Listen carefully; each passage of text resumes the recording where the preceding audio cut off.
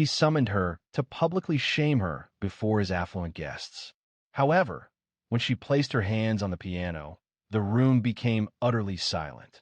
Savannah heat operates without fairness in July. The air was dense and heavy, clinging to skin and making clothing feel burdensome. Beverly Gaines stood near the wrought iron gate of 742 Prospect Lane, a canvas bag slung over one shoulder and a subtle moment of uncertainty in her chest. It wasn't fear, it wasn't anxiety, just a brief pause. A moment of stillness before entering another person's space. She hadn't anticipated employment in a residence of that nature. Not at this point in her life. 48 years old, no children, no husband. Just a one-bedroom apartment near Chatham Square and a voice that still occasionally sang in her sleep. But when her job at the dry cleaners closed unexpectedly, Beverly understood the urgency. Rent, it wouldn't wait. Upon the agency's call inquiring about her availability for a private client cleaning, she immediately accepted before they completed their request. The Whitlow estate embodied the expected grandeur of established Southern wealth. White columns, a wraparound porch, and boxwood hedges meticulously trimmed. It was a place of such refinement that even the birds seemed to move with a subdued grace. She proceeded up the steps, rang the bell, and the door opened with almost immediate responsiveness. "You're punctual," the house manager stated, looking at her clipboard without offering a smile. That was already an improvement over the previous employee. Beverly didn't take it as a slight. She rarely did. It was necessary if you wanted to retain employment in another person's home. You smile, you nod, you blend into the surroundings. The initial weeks passed without incident. She cleaned tile, shined silver, and discovered the location of every control and concealed item. She avoided drawing attention to herself, responding only when addressed, and always using sir or mom. Mr. Whitlow paid her little regard, preoccupied with entertaining lawyers, business associates, or women in high heels, all of whom departed before breakfast. Her presence wasn't meant to be acknowledged. However, one afternoon, while dusting the second-floor hallway, she stopped near the music room. The room was unoccupied, but the grand piano stood prominently, like a centerpiece in a deserted banquet hall. An itch in her hand, akin to muscle memory, prompted her movement. She entered, closing the door softly, and settled down briefly. The keys felt smooth, not new, but carefully maintained. She played a single note, then another, and a recognizable tune emerged, a childhood melody, her mother's preferred gospel hymn. Just a few measures were played, gentle and slow. She didn't notice the approaching footsteps until the final note faded. "You're aware that task isn't included in your duties, correct?" Beverly abruptly stood, as if discovered in wrongdoing.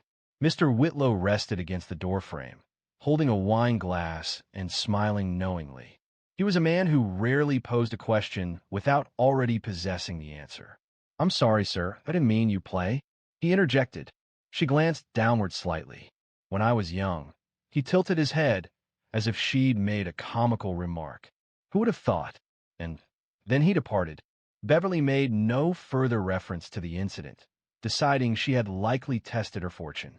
She was unaware that that instance had already initiated something within his thoughts, something he would utilize subsequently, not to commend her, but to exhibit her. Charles Whitlow never needed to strive for charm. He carried it as a second skin, polished, rehearsed, and just artificial enough to be hazardous. At 56, he appeared precisely the Southern gentleman he feigned to be. Linen suits during the summer, costly shoes designed for standing, not walking. His smile could market falsehoods without hesitation. Beneath the outward appearance of success, a sense of decay existed that primarily concerned the staff. To the public, he presented himself as a philanthropist, organizing fundraisers for the arts, contributing to schools, and hosting annual garden parties that garnered attention in the society pages. He engaged in public appearances, shaking hands with judges and interacting with people at political events, creating the impression of a political aspiration, despite never explicitly stating his intentions. Within the house, however, Charles maintained control through ridicule. The assistance was readily available, and he valued wielding it to discomfort others. Beverly recognized this tendency from the start. He rarely shouted or raised his voice, yet possessed a remarkable ability to diminish people's sense of self without physical contact. For instance, he once inquired of the new chef if his sophisticated California training encompassed the ability to prepare acceptable grits while serving 20 guests. On another occasion, he observed a gardener stooping to retrieve a dropped rose and remarked, "Careful now, could send you back to minimum wage." No one challenged him. No one offered a correction. He was Charles Whitlow. In this town, his reputation commanded respect. Even the legal authorities didn't always question his pronouncements. Beverly attempted to avoid him, but that wasn't always feasible. He began to probe her. Initially, these were minor comments. "Gaines," he stated one morning while preparing breakfast. "Have you ever worn anything other than beige?" Later, while enjoying bourbon on the porch, "You seem very quiet. Do you ever speak, or do you simply move about like a phantom?" She did not respond to his attempt at conversation. She continued working. Then one evening, as she walked through the foyer carrying polished silver, he spoke to her. "Are you still playing those piano keys when no one is present?" Beverly hesitated. "No, sir." He smiled, appearing skeptical. "That must be amusing."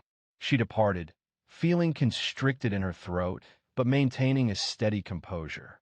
Afterward, the other staff members cautioned her concerning him. "That man's a snake," muttered Harold, the groundskeeper. "He feeds on weakness. Don't let him find yours." But Whitlow didn't need to dig. He already had what he wanted. 2 weeks later, invitations started going out for his summer garden party. Beverly overheard the details while changing linens upstairs. It was going to be a large event. Close to 100 guests were expected, with live jazz music and wine flown in from Napa. The staff doubled for the weekend. Every room was scrubbed spotless. Everything had to be perfect. She had experience with large-scale events. The demands didn't bother her. Provided no one focused their attention on her for too long, she could handle it. However, Whitlow had different intentions. The night preceding the party, he intercepted her in the hallway. "You know," he stated, "tomorrow could be your opportunity." She regarded him with confusion. He moved closer, lowering his voice. "Don't be taken aback if I request you perform for the audience. Just a brief distraction. It might be enjoyable." Her stomach tightened. "I would prefer not to, sir." He lifted an eyebrow. "Fortunately, I wasn't seeking a request." And so, the decision was made swiftly. She found no rest that night, not due to worry about humiliation, but because she understood his intentions precisely. He desired a display, and she was uncertain whether to provide it or deny it. By noon the following day, the Whitlow estate no longer resembled a home. It appeared like a performance stage. White tents were erected over the manicured lawn. Cream linen draped the tables, shimmering beneath centerpieces of fresh orchids and color lilies. Jazz musicians tuned their instruments on the terrace. Uniformed staff moved with precision, pouring wine, adjusting placements, and folding napkins with the artistry of origami. Beverly kept her head down, as was her habit. She arranged canapes, assisted in polishing stemware, and patrolled the perimeter with a tray of cucumber water and melting ice cubes. No one made eye contact with her. She didn't object. The feeling of being unseen offered comfort, a sense of security. However, her hands trembled. The source of her anxiety wasn't the piano itself. It was the underlying motive. She was certain Whitlow wasn't offering her a genuine opportunity. He was orchestrating a joke, and she was the target. As the clock reached 4 p.m., the attendees began to arrive. Real estate developers, local judges, business owners, art patrons, and women displaying polished smiles. They flowed in, embracing, laughing, enjoying drinks, and casually mentioning names. From the shade of the veranda, Beverly observed them move across the lawn as if they were born on polished marble. She felt out of place here. Not among these people. Not in this house. Not even in this city some days. But she wasn't here to fit in. She was here to serve. By 615, the band had paused, and Charles Whitlow was feeling confident. 2 glasses of red wine in and a dozen compliments later, he strolled to the center of the lawn and raised his hand. "Ladies and gentlemen," he announced, his voice strong enough to draw attention from everyone. "Before dinner is served, I thought we'd enjoy a brief, unexpected entertainment." Beverly paused. Her tray shifted a little. Some guests applauded quietly. Others glanced around, seemingly puzzled. Whitlow proceeded, his smile constrained. "It turns out one of our staff members possesses a hidden talent." "Beverly?" People looked over. She remained still. He waved expansively toward the open French doors leading to the music room. "Someone suggested I play something, recalling I occasionally play the piano." A few laughs rippled through the room, a gentle amusement typical of those accustomed to wealth and charmed by unexpected moments. Applause and quiet whispers followed. Beverly paused, experiencing the uncomfortable feeling of deciding between declining and complying. Yet, she didn't retreat. She gave her tray to a server, dried her hands on her apron, and entered the building. The guests followed, now filled with curiosity. Within the music room, the grand piano was positioned under gentle lighting, appearing as if it had been awaiting attention all day. Beverly settled onto the bench, her posture upright, her heart racing. A profound silence descended upon the room. Charles leaned against the doorway, holding a glass, looking as confident as always. "Whenever you're ready," she observed the keys. They remained still. Her fingers paused above them. The room anticipated something other than music. They expected a jest, a hesitant melody, a discordant note. A source of amusement for later, a way to diminish her. However, Beverly's musical journey didn't begin with jazz, gospel, or any extravagant style. It started with a lullaby her mother would hum, a simple sequence of just 5 notes, as gentle as a whisper. From there, she expanded upon it. Her hands moved deliberately, as if awakening something. Minor chords softened into major ones. Gospel rhythms subtly infiltrated classical phrasing. Jazz embellishments playfully highlighted each shift. The room fell silent. An awkward silence descended, not born of courtesy, but from a shared lack of words. One woman murmured, "Is this staged?" Another, her champagne flute suspended in the air, paused, forgetting to drink. Beverly remained unseeing, her playing as if transported to a different place, a sanctuary, a cherished memory. And Whitlow, still positioned near the door, had lost his smile. Not because of a thwarted scheme, but because of a sudden understanding. She hadn't been the object of ridicule. He had. There are instances in life when time seems to halt. The room, filled with costly timepieces and carefully crafted smiles, remained utterly still as Beverly Gaines infused each note with fragments of her history. Her performance wasn't intended to create an impression, nor was it directed at the mother. She played because for the initial time in several years, no one was dictating her identity. Her fingers moved confidently, not with uncertainty, but with profound, unspoken conviction. Not ostentatious, not rapid, simply genuine. Her left hand maintained the rhythm, consistently, like a quiet inhalation. Her right hand conveyed the narrative. A range of emotions resonated within the music: sorrow, defiance, and a subdued joy that constricted the chest. Even those unfamiliar with music sensed an internal resonance. The sole presence was the music itself. There are no sounds of silverware, no ringing phones, no hushed conversations. Just her, the piano, and 100 people holding their breath. In the corner, the band's saxophonist set down his drink and leaned forward, his jaw slightly parted. Across the room, a woman, visibly upset, murmured to her husband, "She's playing Duke Ellington." She then asked, "But that transition, did you notice it?" That was gospel. Beverly hadn't registered any of it. Instead, she recalled the sound of footsteps from 20 years prior, her mother pacing in their small kitchen in Tallahassee, humming while stirring beans over a low flame. She remembered the cracked metronome resting on top of her childhood piano. She recalled the tremor in her mother's hands near the end, yet she never missed a beat when playing. She recalled abandoning music the day following her mother's passing. She remembered storing it away, similar to a sweater that was outgrown, until today. Today, she allowed it to return. The concluding notes were subdued, lacking drama or spectacle, simply resonant. Like a statement finished because it felt whole, followed by silence.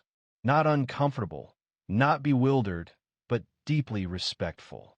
Then applause arose.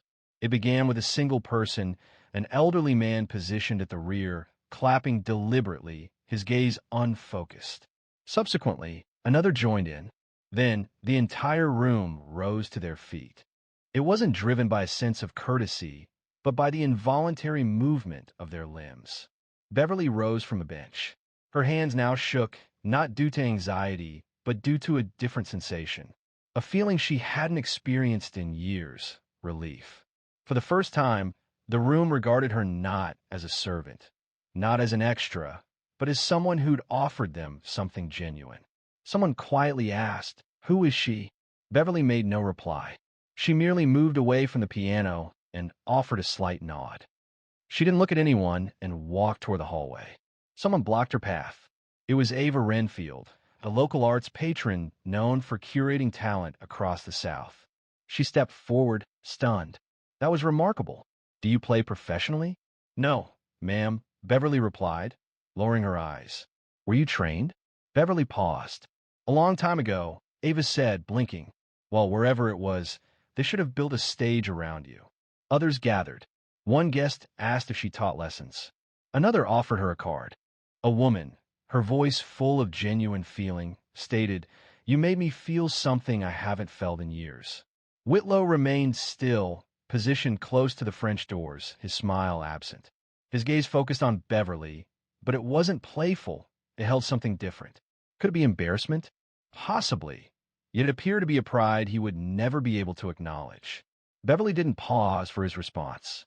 She had already given him more than he warranted, and retrieved something she believed she had permanently laid to rest. Outside, the party had resumed. Waiters replenished champagne flutes. The jazz band resumed playing on the terrace, but an alteration was perceptible, as if the tempo had altered. It was as if Beverly's music hadn't fully departed, but resonated within people, close to their hearts. Inside, Beverly had moved to the kitchen. She sought no fanfare. She desired no accolades. She simply needed to breathe. She rested against the counter, gazing at the floor, her apron still fastened. A few minutes elapsed. Harold, the groundskeeper, entered the room. He remained mostly silent, offering only a quiet whistle and crossing his arms. "You certainly know how to bruise a wealthy man's pride," he commented, a hint of a smile playing on his lips. Beverly managed a faint chuckle, though it didn't reflect in her eyes. "I wasn't intending to do anything," she said. "That's precisely why it was so effective," he responded. She poured herself a glass of water. Her hands had become more stable, but her heart still raced. Harold departed shortly afterward. He preferred brevity, and Beverly valued that.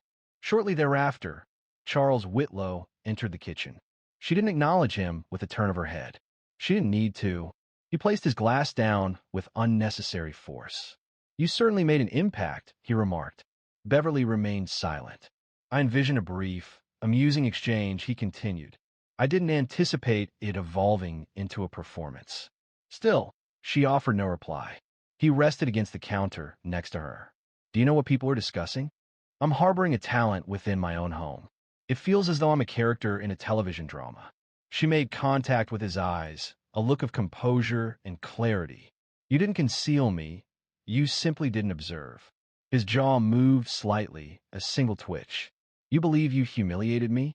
"No, sir," she replied gently. "You accomplished that entirely on your own." He looked at her for a brief moment, then turned and departed.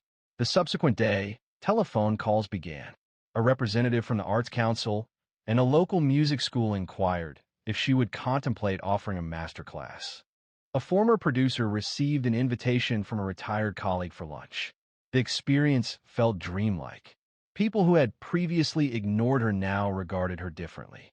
Beverly, however, did not respond to most of the calls immediately.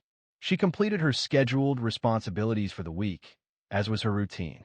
This included cleaning the floors, folding the laundry, and polishing the silver. Yet, a shift was evident in her movements. She no longer seemed to be attempting to remain unnoticed. That Friday afternoon, she entered Whitlow's office and submitted her resignation. 2 weeks. There was no explanation offered. He didn't request one. He simply nodded, examined the paper for a moment longer than necessary, and responded, "Fine." She prepared to leave. "You'll be back," he called after her. "They always come back," she replied, pausing in the doorway. "Perhaps, but not to you." Beyond the window, the wind rustled the garden hedges. Visitors would arrive and depart. The staff would be changed, and the gatherings would proceed. Yet, the recollection of that afternoon would linger. The issue wasn't the piano. It was the fact that the woman he attempted to control had subtly reminded everyone she wasn't under his authority, a mark he couldn't erase. Beverly Gaines, however, didn't seek retribution. She wasn't pursuing acknowledgement. She was at long last moving towards something positive, and it wasn't Charles Whitlow's house. 2 weeks later, on a quiet Tuesday morning, Beverly Gaines exited 742 Prospect Lane for the last time. There was no elaborate farewell, no presents, and no remarks from Charles Whitlow. The only sound was the creak of the iron gate as she closed it behind her, and the sun felt pleasant on her shoulders as she walked into the street. She still held the same canvas bag she had carried that first day. But she had changed, not because of the comments from the guests, the applause, or the unexpected attention to her talent. Those things had never truly been important to her. What mattered was that she had recalled who she was, and she wouldn't allow anyone to suppress that again. Returning to her apartment, she retrieved an old box from the back of her closet. It contained yellowing sheet music, a chipped metronome, a stack of journals from her early 20s, and a photo of her mother sitting at an upright piano. Eyes closed, hands mid-chord. That night, Beverly played until the neighbors knocked on the wall. She played every song she hadn't let herself touch in years. Pieces she thought she'd forgotten came back with ease. She navigated these experiences with amusement, albeit quietly and openly. Following a week of evenings dedicated to intensive work and mornings spent in quiet thought, she arrived at a resolution. She contacted the Arts Council again, and then the music school. She even responded to a call from a woman who wished to write a profile on her for a regional magazine. One by one, she reestablished contact. Not for recognition, not for praise, but because perhaps her talent could still be of use. After 2 months had passed, Beverly was providing piano lessons twice a week at a community center in Garden City. The majority of her students were children from working-class homes, along with a few adults, women who had always desired to play, but hadn't previously had the opportunity. She was patient, direct, and kind. She never discussed Charles Whitlow, nor did she mention the party. However, information spread. Following a lesson one day, a girl named Nia, who was just under 10 years old and full of energy, glanced up from the piano keys and inquired, "Miss Beverly, did you truly work as a maid at that large house on Prospect Lane?" Beverly smiled. "I did," she responded. "Did they require you to play music?" "No, dear," she replied softly. "They attempted to humiliate me, but I determined what they would receive." Nia seemed puzzled for a moment. Then she smiled. "You're quite well known now," Beverly laughed. "I'm simply someone who recalled her identity." It was a feeling surpassing fame. She walked home that day, her shoulders squared and her head held high. This wasn't due to arrogance, but because she no longer bore any burden. Behind her, Charles Whitlow continued to host gatherings. However, news had circulated regarding the events of that summer evening. People recalled how Beverly played, the ensuing stillness, and how a room overflowing with wealth couldn't affect a woman who had nothing to validate. Some suggested Whitlow had altered since that time. Subtly, he consumed more alcohol and smiled less. Several familiar patrons ceased their visits. However, Beverly gave no consideration to these absences.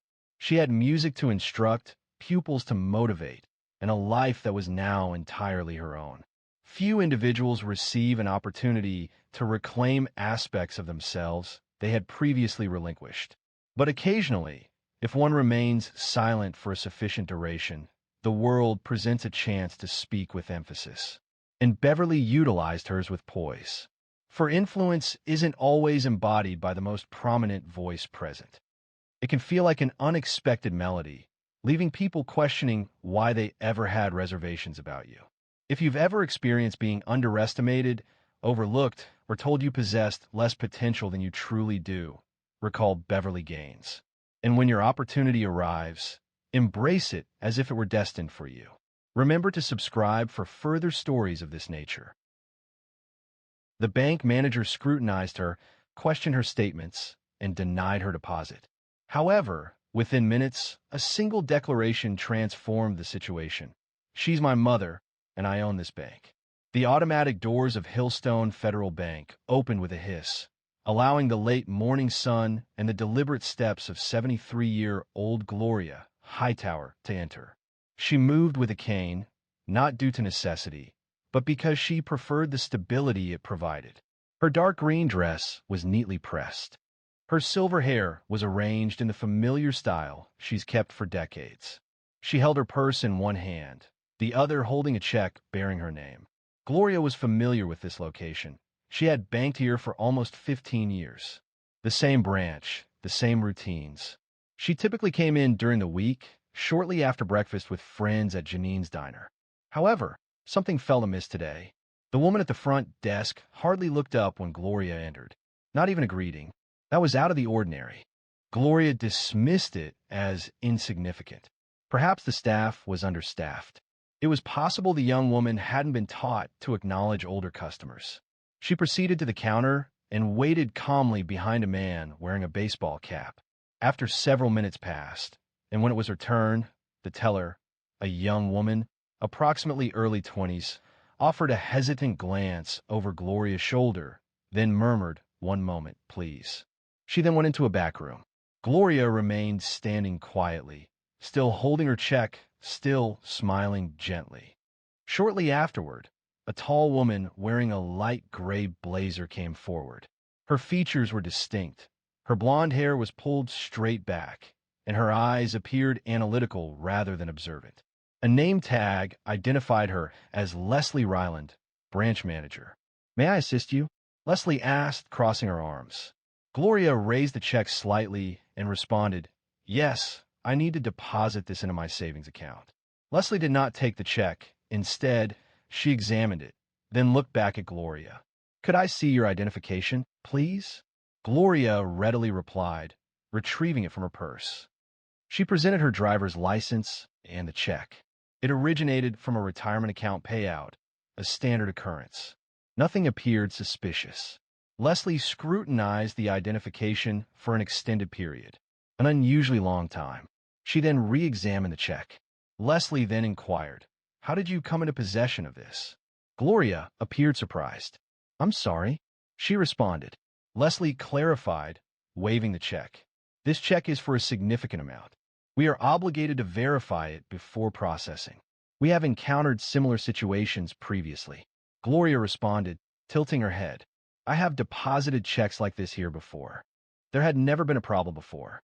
Leslie offered a strained, unconvincing smile. "Banking policies have been revised," she stated. "I'm sure you appreciate that." A gentleman seated nearby subtly adjusted his position. Gloria noticed it from her peripheral vision. The woman standing behind her made a quiet noise. Gloria sensed that someone was observing them. Gloria inhaled deeply. "Ms. Ryland, I have all my required documentation. This is my account. I have been receiving direct deposit, and I've been a customer at First National Bank for years. My name, my address, and my identification all correspond perfectly." Still, Leslie remained firm. "We still require a more thorough verification. Please come with me to the back." That's when Gloria experienced it. Not fear, not shame, something akin to offense. Not just for herself, but for every older woman who had been spoken down to. For every person who had been regarded with suspicion simply for entering a room. "I prefer to remain here," Gloria stated resolutely. Leslie moved closer, softening her tone. "Ma'am, you must cooperate, or we will have to place a hold on the funds and report potential fraud." Instances like this have occurred previously. That's when Gloria experienced a tightening in her chest. She wasn't inclined to engage in a dispute. not with an individual of this nature, not in the presence of onlookers. However, she wasn't planning to depart, so she opted to retrieve her phone. Gloria's hands moved with measured precision, steady rather than trembling, as she extracted her phone from her purse. Upon the screen illuminating, Leslie's gaze narrowed. "I am contacting my son," Gloria stated calmly, scrolling through her contacts. "He will resolve this situation." Leslie gave a humorless chuckle. "Ma'am, contacting your son won't alter procedure. We operate under established guidelines. If there's no cause for concern, there's no need for alarm." Gloria didn't respond. She simply raised the phone to her ear and moved a pace to the side, distancing herself from the counter. She was weary of being addressed, as if she lacked understanding, as if she were incapable of handling her finances. Two tellers positioned behind the glass exchanged glances. The young man at the end of the line advanced a short distance, seemingly about to speak, but then stopped. The room was quiet, punctuated only by the gentle clicking of keyboards and the quiet whir of a copier in the corner. "Hey, baby," Gloria said into the phone. "I'm at the bank. Hillstone on Meridian. They're having difficulty verifying my check again." She paused. "Yes. Her name's Leslie." Leslie's jaw tightened. "Excuse me, ma'am. Sharing employee names over the phone is something we avoid." Gloria didn't acknowledge the request. "Acknowledgement. I'm feeling well, just a bit tired." Following a brief silence. "Okay, I will remain here." She disconnected the call and returned the phone to her purse. Subsequently, with the same composed demeanor, she stated, "My son is en route." Leslie folded her arms. "Ma'am, I must reiterate, elevated voices or disruptive behavior may result in dismissal." Gloria inclined her head slightly. "Do I appear to be causing a problem?" Leslie's face reddened. She averted her gaze momentarily, then returned her attention. "I have a duty to safeguard this establishment. Improper fund verification puts the bank at risk. Do you believe I am a risk?" "I believe you're not being helpful." Leslie retorted sharply. That was the breaking point. That single word. The man standing 2 places back murmured something quietly. The woman behind Gloria moved closer and said, "She is being courteous. You are the one raising your voice." Leslie addressed them. "Please refrain from interfering. We are conducting a private transaction." "It doesn't seem very private," the woman remarked. Gloria remained silent throughout the exchange. She felt no need to dispute anything or offer explanations. She simply needed to wait. 5 minutes elapsed. Leslie moved away, feigning a check of her computer, but her gaze kept lifting, much like a dog anticipating the mail carrier. The young teller from earlier approached and murmured something into Leslie's ear. Her gaze moved towards the entrance. Then the glass doors opened once more. A man entered, dressed in a charcoal gray suit. He appeared to be in his early 40s, wearing a crisp white shirt, but without a tie. He seemed calm, yet focused, and moved with a quiet, purposeful stride. He made no visual sweep of the room, instead walking directly towards the lobby center, toward Gloria. "Hi, Mama." Gloria returned a gentle smile. "Hey, baby." Immediately, the room's atmosphere altered. The man turned to address the reception desk. "Is there an issue with my mother's account?" Leslie moved forward, hesitant about whether to extend a handshake or request identification. She opted for a formal nod instead. "This is your mother?" he asked. "Yes," he responded briefly. "My name is Grant Hightower." Leslie's mouth opened slightly. Her gaze shifted around the room, then returned to Gloria, then to Grant. "Mr. Hightower?" Grant retrieved his leather card holder and laid it on the counter. It displayed his ID, his business card, and his title, Hillstone Federal, Executive Board Chair. Leslie found herself unable to speak. For a full 10 seconds, silence filled the room. Leslie's gaze remained fixed on the card, as if expecting it to ignite. A subtle muscle spasm flickered across her cheek, the type that arises when a mind struggles to comprehend what the eyes have witnessed. Grant refrained from speaking quickly. He kept his hands clasped before him, standing composed and silent, his voice even but undeniably resolute. "I'm asking one more time," he stated. "Was there a problem with my mother's account?" Leslie hesitated, then asked, "Mr. Hightower?" "We were just following procedures." Large checks need to be verified, and Grant interrupted, not loudly but sharply. You looked her in the face and decided she wasn't credible. You questioned where the check came from. You asked how she came into possession of it. Does that sound like standard procedure? Leslie's mouth opened again, but no words came. Her face had gone a full shade lighter. I've reviewed those procedures myself, Grant continued. I approved those actions last quarter. That documentation contains no instruction to question a long-standing customer while disregarding her identification. Certainly not with a public display in front of witnesses. The bank was quiet. The only sounds were the clicking of keyboards from employees appearing to work and the consistent hum of the air conditioning above. No one was willing to avert their gaze now. Gloria stood nearby, arms folded. She wasn't smiling. She didn't seem pleased. She seemed weary. I'm truly sorry, Mr. Hightower, Leslie stated rapidly. This is simply a misunderstanding. I didn't intend to offend anyone. But you did, Grant countered. You humiliated her. I didn't. You did, Leslie replied. Grant's voice remained even. That was what made his statement so impactful. There was no shouting, no theatrical displays, just the facts, just his presence. Leslie's voice trembled. I didn't realize she was your mother. Grant looked at her. Why would that change anything? Leslie started to speak, then stopped. Do you understand how that sounds? He inquired. Leslie spoke the words aloud. For the first time, Leslie genuinely observed Gloria. She truly looked. It wasn't solely embarrassment now visible on her face. There was fear. The fear of repercussions. Have a seat, Grant said, indicating the chair behind the counter. I'll handle the deposit. Leslie paused. That wasn't an invitation. Leslie turned slowly and walked toward the back, her shoes clicking hollowly against the tile.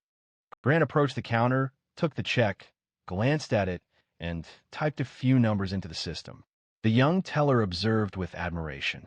Here you go, he said, giving the receipt to his mother. Full deposit. Effective immediately. Gloria accepted the slip, folded it, and nodded. Thank you, baby. Are you okay? I'm fine.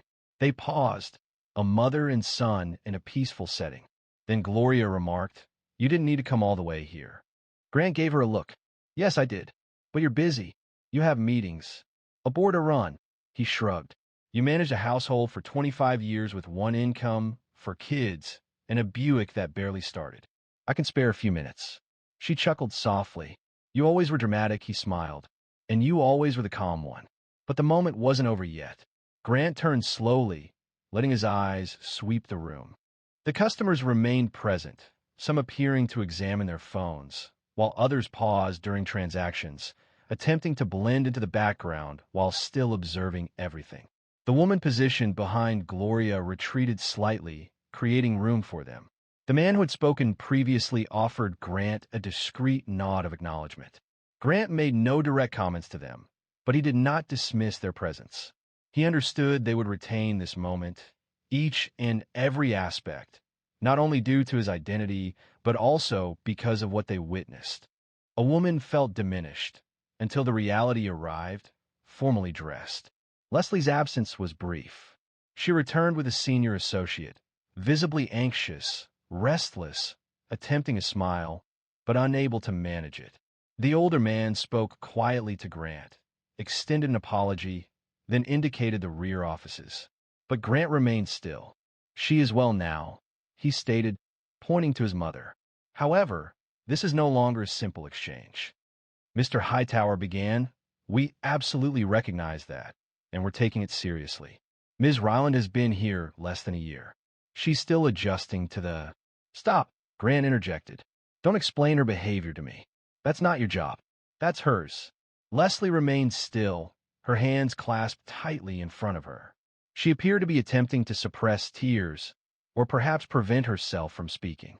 According to Grant, addressing the associate, the task at hand is to assess the situation within this room and grasp the implications of a valued client being subjected to treatment resembling that of a criminal, solely due to her appearance not aligning with the image of someone who owns a yacht. Grant emphasized, raising a hand, Have you ever met someone resembling my mother and considered she must be concealing something? Have you ever scrutinized a white customer depositing a check? The man visibly recoiled. That's not. Don't deceive me, Grant stated. I'm not the board chair today. I am simply a son. And what I observed this morning was a woman who instilled in me the values of honesty, patience, and respect, being questioned as if she had fabricated her own signature. Gloria eventually intervened. She said, "Baby," but Grant wasn't done speaking. He stated that she could have been questioned with courtesy. She could have been spoken to privately, and any concerns explained. Instead, a public spectacle was created, and she was made to feel unwelcome. The only reason for the interruption was my appearance in a tailored jacket. A silence followed. Gloria surveyed the room, noting the expressions, some filled with shame, others with anger, still others with inspiration. She lightly touched her son's arm. "Let's leave," she said quietly. "Let's not say another word." He faced her, his jaw rigid, his chest tense. But then he saw it in her eyes. That familiar calm. The same calm she possessed while working 2 jobs and still preparing dinner. Amidst challenging circumstances, she demonstrated remarkable poise. He acknowledged this with a nod. All right. They proceeded toward the exit together, navigating past the tellers, the customers, and the visibly shaken manager who struggled to meet her gaze. As they prepared to leave through the doors, Grant paused. He turned, looked at Leslie, and said softly, "Every customer who walks in here deserves the same respect you'd give your boss. Because you never know who they are or who raised them." They departed, but the repercussions were just beginning. As Grant and Gloria reached the sidewalk outside, his phone was already vibrating. Initially, it was his assistant, then a member of the board, and subsequently the bank's general counsel. The news had spread quicker than either of them anticipated. A customer had captured a portion of the incident on video. It was already being shared. Gloria observed him. "You won't answer that." Grant allowed it to continue ringing. "No, not at this moment." They continued walking at a slow, even pace, the sun warming Gloria's head as cars passed leisurely down Meridian Avenue. She remained silent initially. So did he. It was a moment of quiet they both required. "You don't have to rush down here," she eventually said. Grant chuckled but didn't smile. "I say that every time." He added, "I can handle myself." "I know you can," Gloria replied. She stopped before a bench and sat down. Grant remained standing close by, looking at his phone screen without unlocking it. The notifications accumulated, resembling stacked bricks. However, he wasn't prepared to construct anything from them just yet. Within the bank, Leslie Ryland remained motionless in her compact glass office. A regional manager had already contacted her. Human resources required a report before the day's end. Yet, none of that held significance for her at that moment. The image of how Grant had regarded her lingered in her mind, as if revealing a perspective that diminished her, not through disparagement, but because it highlighted the limitations of her own assessments. The subsequent morning brought forth a communication from Hillstone Federal's board. It announced the commencement of an internal investigation, alongside assurances that customers will be notified regarding adjustments to sensitivity training and customer relations policy. However, this represented merely a public statement. The truly significant developments unfolded privately. Later that week, Grant took his seat at the head of the conference table, the familiar space typically used for investment strategy and profit reports. This meeting, however, had a different purpose. "I want every manager to recertify on customer service protocol," he announced, "but not with those same corporate videos from 5 years ago. We're engaging outside instructors. I don't want lectures. I want eye contact, role play, and reflection." An older board member expressed surprise. "That's a significant change." "It should be," Grant responded. "What about the manager?" Grant hesitated. He was reluctant to dismiss Leslie, not because she didn't warrant consequences, but because he didn't want this to appear as retribution. That wasn't the upbringing his mother provided. "She is suspended," he stated eventually, "subject to review." However, his focus is on addressing the underlying cultural issues that led her to believe that kind of conduct was permissible. Later that evening, Gloria settled into her preferred chair near the window at her home. The house was quiet, punctuated only by the ticking of the old wall clock and the gentle simmering of her evening tea. Grant was settled on a couch, his tie undone, his shoes slightly loosened. "You handled it well," she said. He shrugged. "I let myself get angry." "You should have," he replied, looking up. "You're not upset," Gloria said with a wry laugh. "Darling, I've experienced far more challenging situations." She continued, "This isn't the first instance someone has attempted to make me feel like I don't belong, and it likely won't be the last." "That's the most troubling aspect," Grant stated. She took a sip of her tea, acknowledging that this wasn't a new situation. "You can't control how people treat you," Grant said, leaning forward, elbows on his knees. "Only how you respond to them." Gloria smiled. "I just dislike that you had to deal with that kind of behavior at this stage in your life." "That's the interesting thing," she replied. "The older I become, the less it affects me." What caused me pain wasn't her words. It was the fact that she believed she could speak to anyone in that manner. She paused. Perhaps now she won't. Despite the difficulties, a positive outcome eventually emerged. The subsequent week, Gloria revisited the bank. She wore the same shoes and carried the same purse, but her demeanor had changed. Upon entering, every employee behind the counter visibly adjusted. The newly appointed temporary manager, Denise Alvarez, a woman with a quiet voice, approached the desk to greet her directly. "Miss Hightower," she said kindly, "we are pleased to see you." Gloria offered a slight smile. "I'm simply here to withdraw some funds." "Certainly. I will assist you myself." As they walked toward the counter, Gloria observed that the posters on the wall had been updated. The advertisements for loans and savings plans remained, but new posters, a series titled Respect is Standard, now hung near the front. Each featured portraits of real customers from the local community, all sharing the same tagline: "We see you. We serve you. We respect you." It wasn't a complete solution, but it was a beginning. Denise processed her withdrawal, demonstrating patience and clarity. Straightforward and professional. Before her departure, Denise stated, "We're holding community meetings beginning next month. These will be listening sessions. Grant asked us to invite value customers like you. Would you be willing to speak?" Gloria expressed surprise. "You want me to deliver a speech?" The response came, "Not a speech. Simply share your story, however you prefer." Gloria considered the request. "I will attend, but I won't present anything in a misleading way." That's precisely what they wanted. She left that day not feeling entirely satisfied, but she felt acknowledged. And at her age, that carried weight. Later that evening, Gloria sat across from Grant again, this time at a quiet booth inside an old barbecue joint in Fort Worth they both liked. It smelled like hickory and cornbread, and nobody there seemed to notice what either of them did for a living. "You remember that day you got in trouble in 7th grade?" she asked suddenly, picking at her baked beans. "Which one?" "The incident with Mr. Hale came to mind. He accused you of plagiarism regarding your paper." Grant sighed. Yes, he recalled.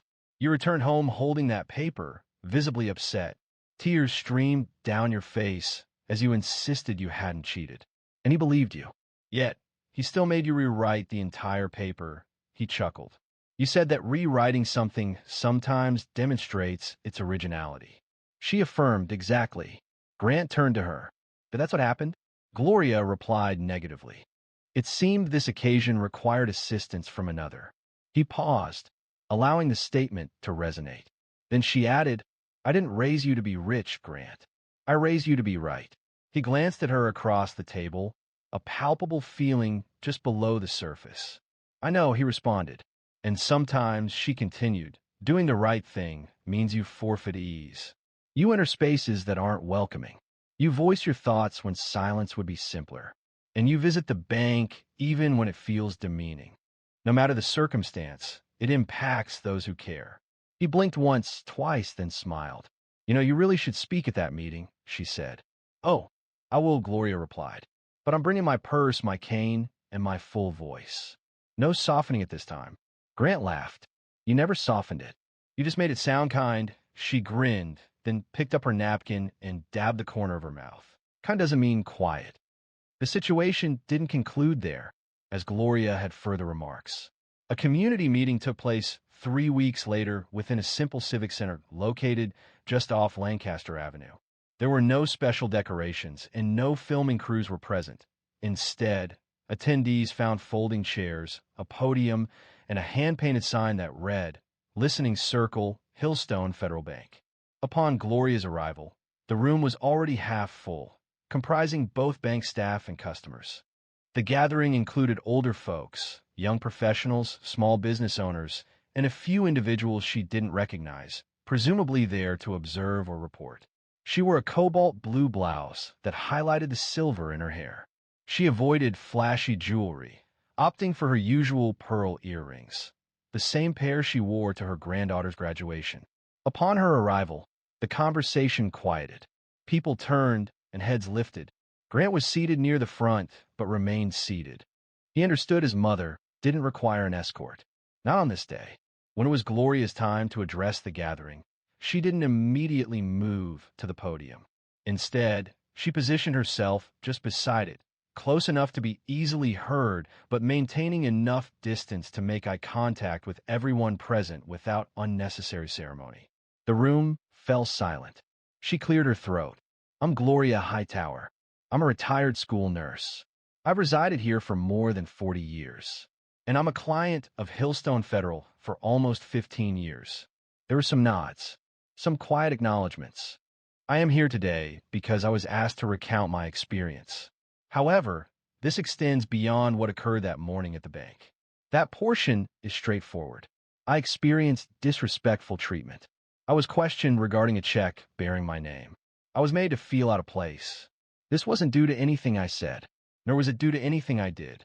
It was solely based on my appearance. Her voice remained steady. It didn't waver, but it resonated low, full, and unwavering. Initially, I wasn't angry. I felt pain. I was certain I had committed no wrongdoing.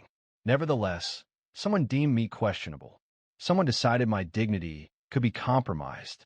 She paused, allowing those words to resonate. I intended to remain silent, simply contacting my son and waiting, calmly. However, I came to understand something later. People rely on silence when they behave in such a manner. They depend on our courtesy, our tolerance, our weariness. But occasionally, the most honorable course of action is to object. A hush fell over the room. My intention isn't to damage anyone's professional standing. This isn't about retribution.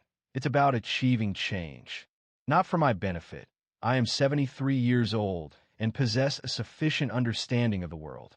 But for the individual who next enters a bank with trust and departs feeling diminished. A man positioned towards the rear dabbed at his eye. A woman seated across the aisle gripped her notepad without putting pen to paper. Gloria rested her hands in her lap. We reside in a nation that frequently discusses principles of equity, regarding values, regarding treating everyone equally. But those ideas hold no substance unless they manifest in everyday interactions. At the checkout, during phone calls, in the way we address someone who appears different. She glanced at Grant briefly. He offered no smile. He offered no nod.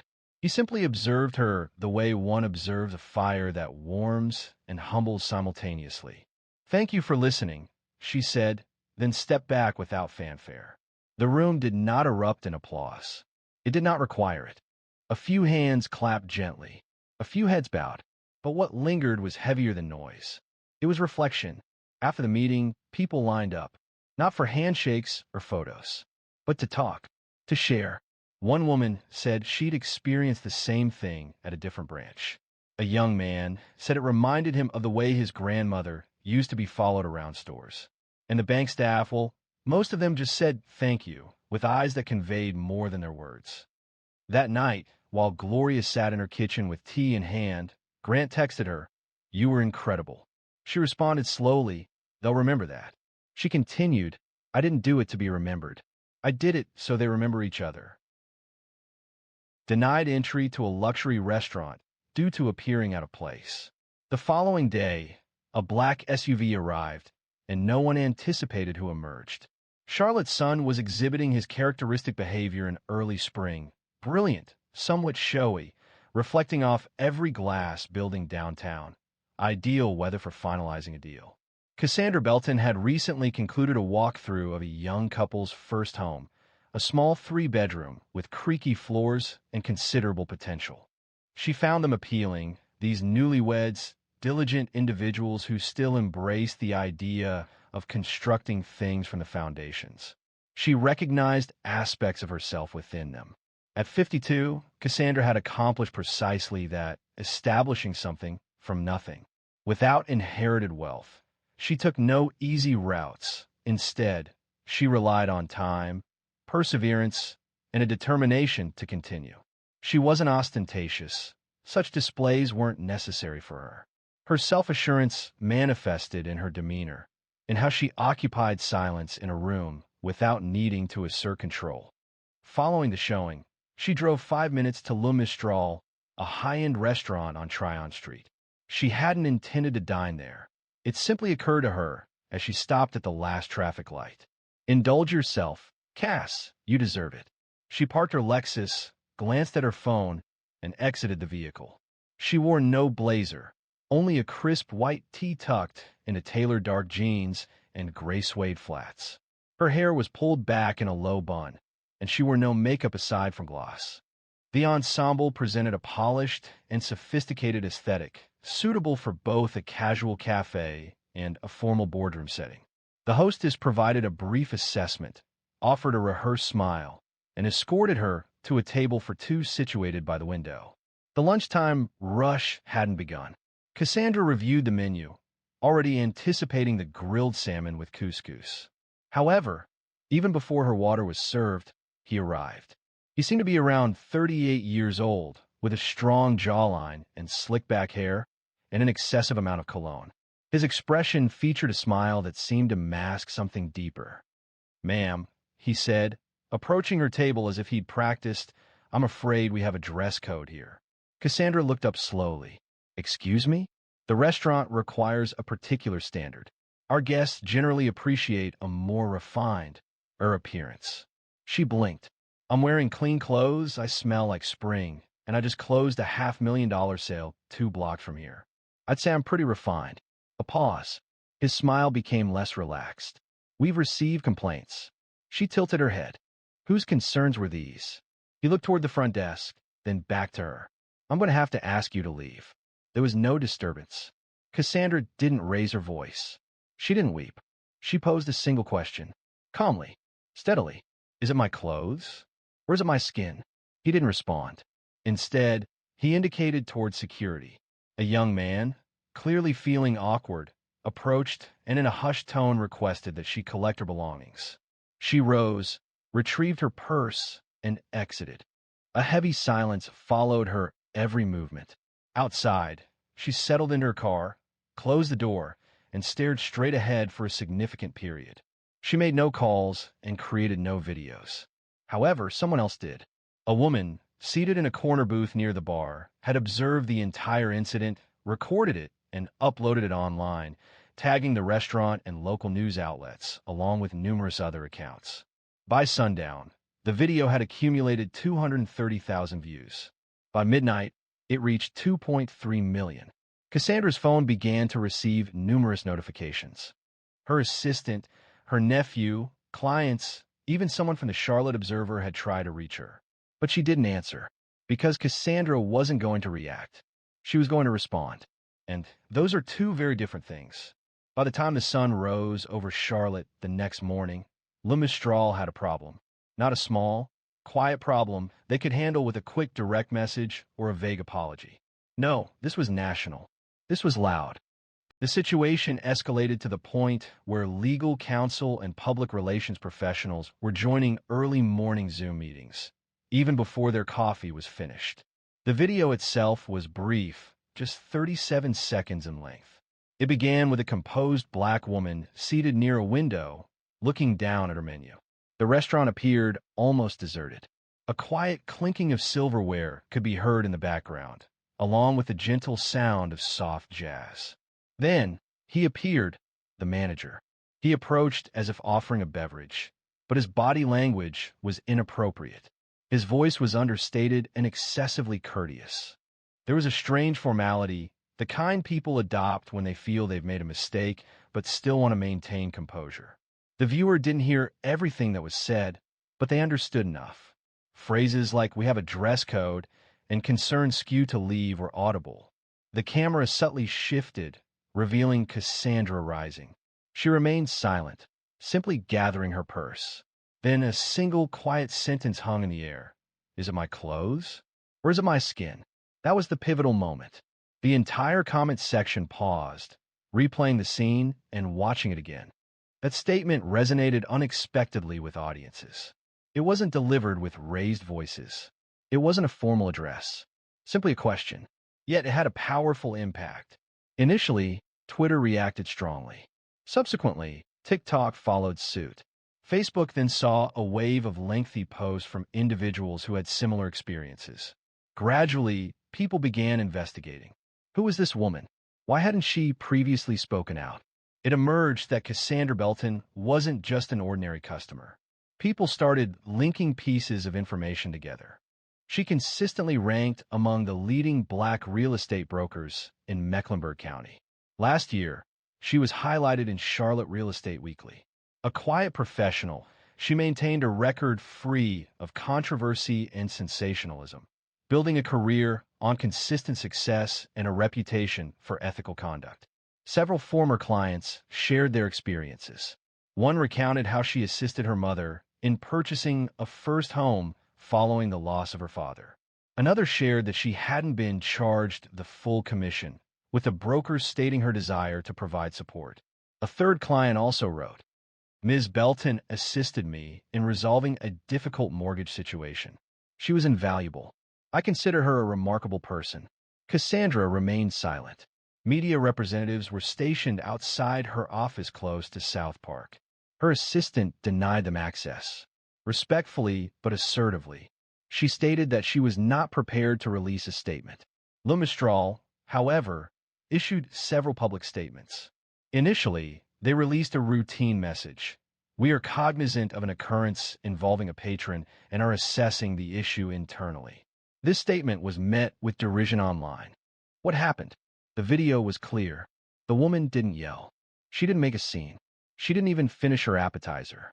And yet she was escorted out as if she'd caused a disturbance. The restaurant's Yelp and Google pages were inundated with one-star reviews. Apparently, racism was present. One person wrote a review. Another posted online, "Be mindful of your appearance or identity, it seems." The manager from the video, whose name eventually leaked, was Owen Lindley. He had been employed there for 3 years. Previously a hospitality manager in Naples, Florida, she was recognized for her stringent standards regarding presentation.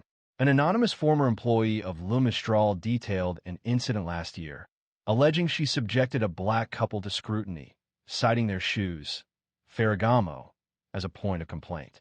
As controversy erupted online, Cassandra's name gained significant attention. Despite the public outcry, she remained silent. This wasn't due to fear, but rather a deliberate act of careful consideration and calculation. She had no desire for viral fame or symbolic representation. Her focus was on the long view. She had dedicated her life to creating something enduring and wouldn't allow one overbearing manager to reduce her to a trending topic. That afternoon, she finally settled at her kitchen table. Her laptop was open, and she read silently. She avoided checking the comments section and disregarded any memes. Instead, she focused on a single item, an email from a man she hadn't heard from in years. It read, "Cass, saw the video. You navigated the situation, as you always do, with quiet strength. Should you wish to take action regarding this matter, I am available to assist." The document was signed. Harlan Desmond, managing partner, Desmond and Klein Civil Rights Law. She studied the name for a moment. Then, a smile touched her lips. Because now, she was not alone. Many who viewed that video perceived grace and composure. However, those who had grown up with Cassandra Belton would understand the source of that grace and recognize that it had not been easily attained. Cassandra was raised in Southfield, Michigan. Just outside of Detroit, she was raised by her mother, a retired elementary school teacher, and her father, who worked for 35 years at a Chrysler plant. Her parents emphasized listening over silence and instilled in her the understanding that calmness is a strategic tool, particularly for a Black woman navigating a world shaped by assumptions. Growing up, she observed her mother skillfully correcting others with a smile and her father successfully resolving disagreements without raising his voice. From these experiences, she developed the ability to carefully consider her words. She understood the value of choosing opportune times and allowing others to display their anxiety before revealing her own. By age 25, Cassandra had obtained her real estate license and was selling homes during her breaks at her banking job. Initially, she focused on smaller, more affordable properties, modest starter homes, often requiring renovation and offering future possibilities.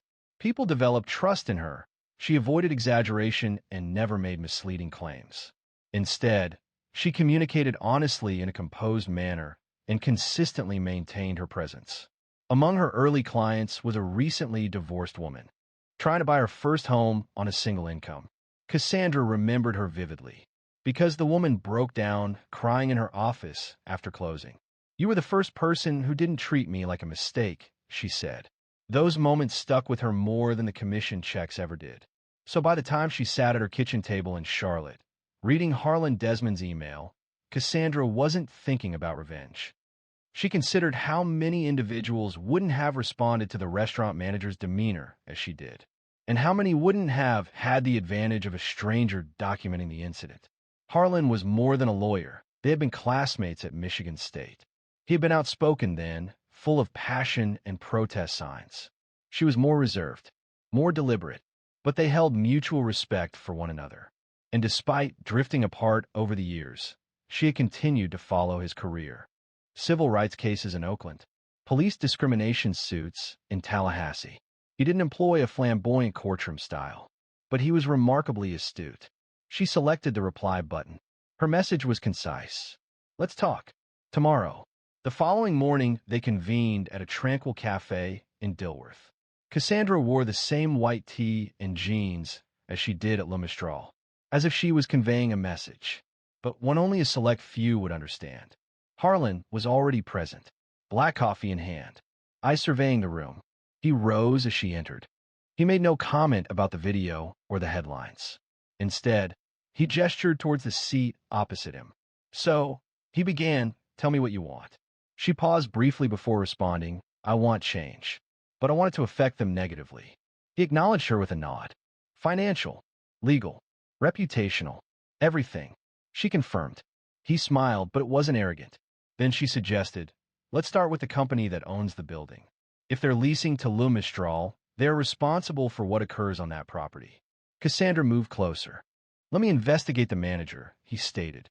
"However, yes, there are potential courses of action. Your removal from the business establishment at Giovanni's did not appear to violate policy. If the issue was related to attire, that's a matter of opinion. If it concerned anything else, that's a civil matter." Cassandra took a sip of her tea and inquired, "What about pursuing options beyond simply filing a claim? Do you mean involving the press?" He asked. "No," she replied. "I mean initiating a discussion, perhaps a meeting, something they wouldn't anticipate." He raised his eyebrows. "A formal meeting? With me? And several others?" "Who are these others?" she asked, a faint smile playing on her lips. "People who understand precisely what it's like to be me, and a few who don't, but need to." He hesitated. "Are you certain?" "I'm finished being considerate to safeguard other people's feelings," she stated. "They were at ease when they caused me humiliation. And now she was finished prioritizing other people's comfort at her own expense." The following afternoon, lunchtime proceeded with its typical cadence at Le Mistral. Waiters moved silently between tables, carrying trays of sparkling water and pan-seared halibut. The dining room was filled with the sounds of clinking silverware and quiet conversations.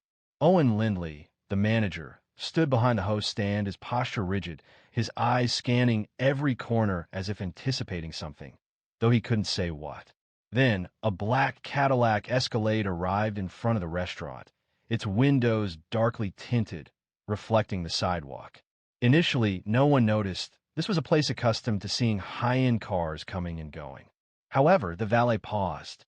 As the back door opened, the air seemed to shift subtly. Cassandra Belton emerged first. Her attire mirrored the previous days.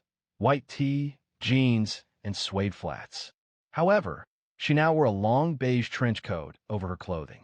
She moved with the quiet certainty of someone who no longer felt the need to prove anything.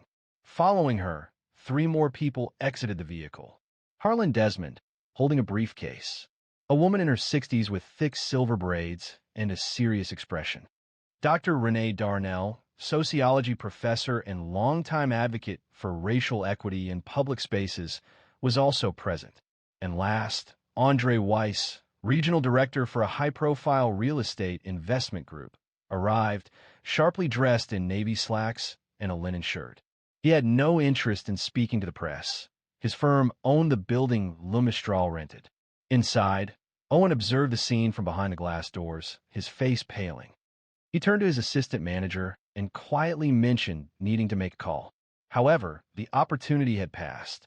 Cassandra entered the front door without acknowledging anyone, as if she belonged there. This visit wasn't for a meal. She was there to speak. The maitre d' was stunned. "Mom, we're expected," Cassandra stated, her voice calm yet resolute. Andre approached, gestured to the staff, and added, "Conference room, please." It was important to tell Mr. Lindley he should probably be present. The staff offered no objections. 10 minutes later, within the private upstairs room, typically used for wine tastings and corporate parties, the 5 of them gathered around a polished oak table. Water was served, the door shut, and for the first time, Owen Lindley felt somewhat insignificant. Harlan opened a slim folder and presented a printed copy of the restaurant's dress code. Thus, he began, turning the page. White t-shirts. Prohibited? Owen shifted uncomfortably. "We prefer collared shirts," Harlan repeated, "but not required." He added, "Well, it's about tone, too. Presentation. We have a standard."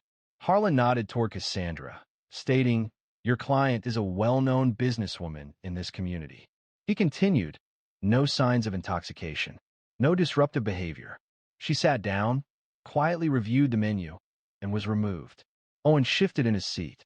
"It wasn't personal," he said. "I didn't ask if it was personal," Cassandra said, interrupting for the first time.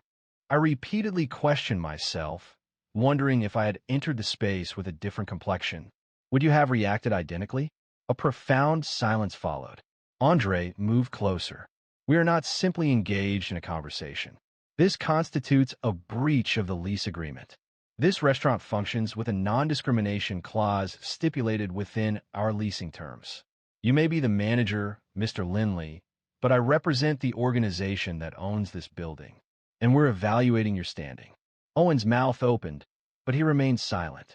Dr. Darnell then spoke.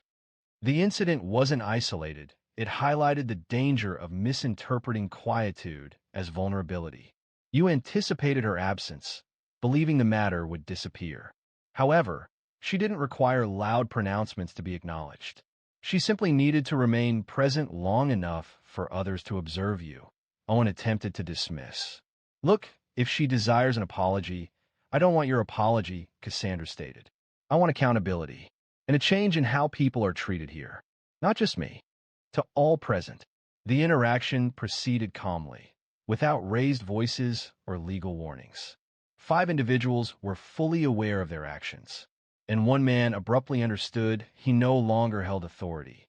Owen Lindley remained still, his shoulders drawn, the knot of his tie subtly pressing against his throat.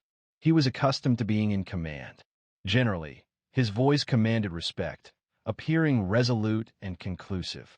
However, within this room, among these people, it lacked its usual impact.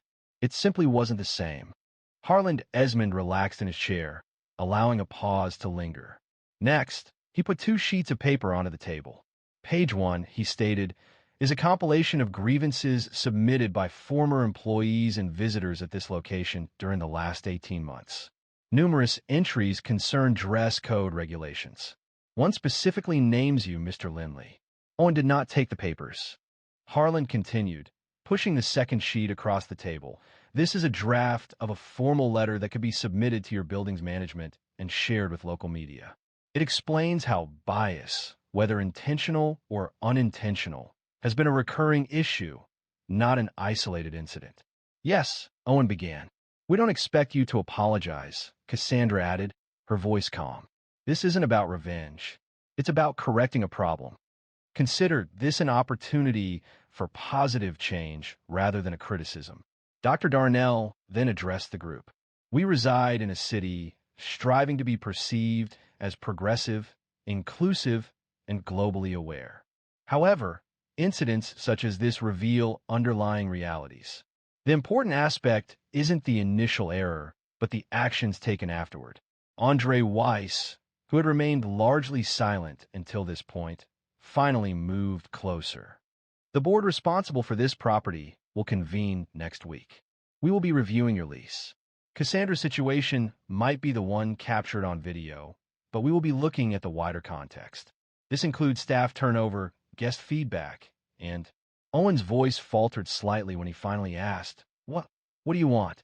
Cassandra met his gaze. A public apology, not a generic statement from your PR firm. Your voice, your face. Take responsibility, Owen. Owen blinked. That's acceptable. Cassandra continued, I want to meet with the staff, front and back of house, not to lecture, but to talk about what hospitality really means, what dignity means. Owen nodded slowly, but Harlan raised a hand. That means a formal arrangement, not a photo op, no cameras, just people learning how not to repeat the same mistake. Finally, Cassandra added, she wanted the restaurant to fund a quarterly dining program providing complimentary culinary experiences for underserved high school students with an interest in the food industry. Both front of house and back of house positions would be included, allowing them to experience a welcoming environment where they often feel excluded. Owen hesitated. That's a significant undertaking. It's a reasonable proposal, Andre stated before Cassandra could reply.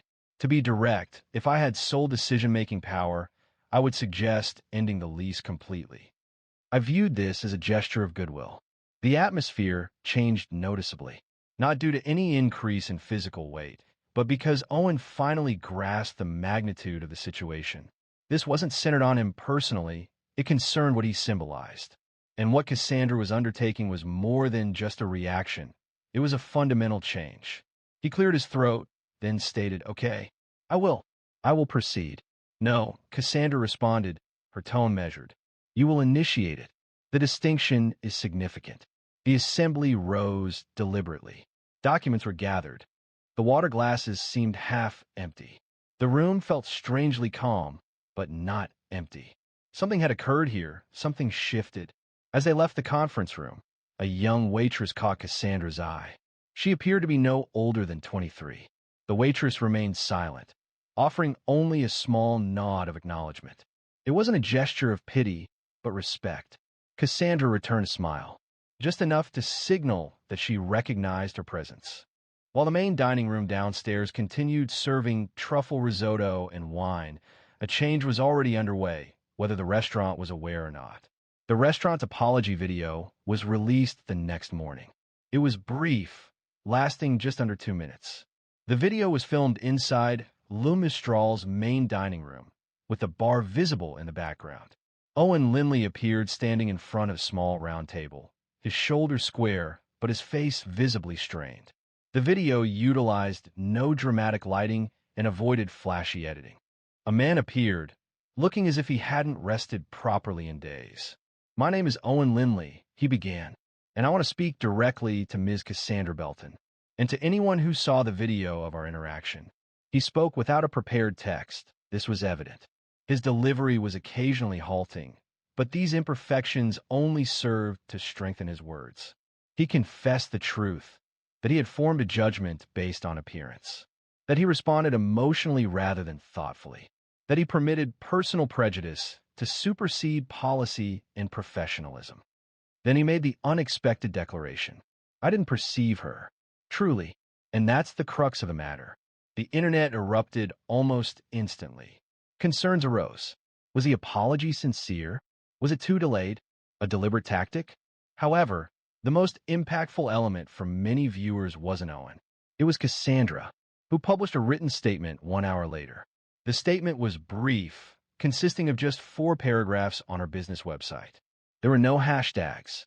It lacked a viral feel. She didn't boast. She didn't seek compassion. She simply detailed the events. This is what she requested and what the restaurant committed to providing.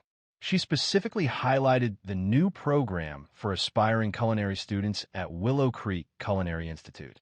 She also expressed her gratitude to the ownership group of the Golden Spoon for collaborating with her directly. Finally, in a concluding line, she wrote, "Dignity isn't something you demand. It's something you carry. And when it's denied, you don't always need to fight to get it back.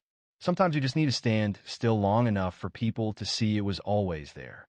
The written announcement gained traction even more rapidly than the video itself. Cassandra's inbox was overwhelmed once more. However, this time it was distinct. Local charitable organizations contacted her, seeking collaboration on the student dining initiative.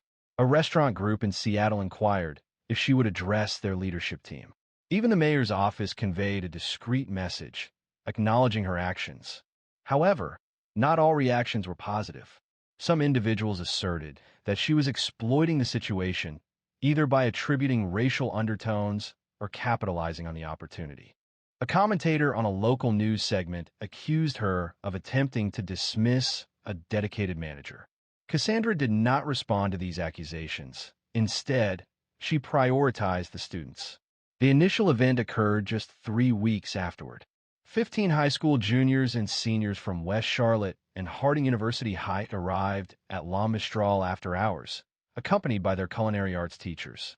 The staff had thoroughly cleaned the kitchen. 3 chefs generously donated their time to instruct the students on plating, preparation, and service. Cassandra remained largely quiet that evening, moving between tables and observing them slice, stir, and taste with focused expressions. One student, a girl just under 5 feet tall with purple braids and intense concentration, turned to her after trying her initial attempt at risotto and exclaimed, "I didn't even know food could taste like this." Cassandra smiled and replied, "It can. And so can opportunity." Meanwhile, Owen was not present at the restaurant that evening. Following the incident, he was transitioned away from daily operations and now holds a limited administrative position at the corporate office. This wasn't a dramatic dismissal, but rather a quiet consequence, precisely the outcome Cassandra had intended. Her aim wasn't to destroy someone's life, but to ensure they lived with a lasting reminder. That reminder now manifested as 15 eager young students, laughing and learning inside a restaurant that had once attempted to exclude someone like them. The situation seemed almost unbelievable. The very establishment that had previously rejected Cassandra due to not aligning with its perceived atmosphere was now undergoing a noticeable change, occurring one table, one lesson at a time. 2 months later, Cassandra was standing outside a quiet little cafe in Durham, North Carolina, enjoying a courte-à-deux while awaiting her lunch date. This was not a business engagement. She had taken the day off. She had driven 2 hours from Charlotte simply to clear her head and connect with an old friend. The events surrounding La Mistral were in the past for her. Largely, the video was no longer prominent on trending lists. The restaurant had recovered under a new temporary manager, and the student culinary program, it continued with another session planned for next month. Cassandra had decided she would no longer supervise it directly. It was now in the hands of the students. As she sat beneath the awning, sunlight spreading across the pavement, a young woman wearing a UNC hoodie passed by, slowed, and turned back.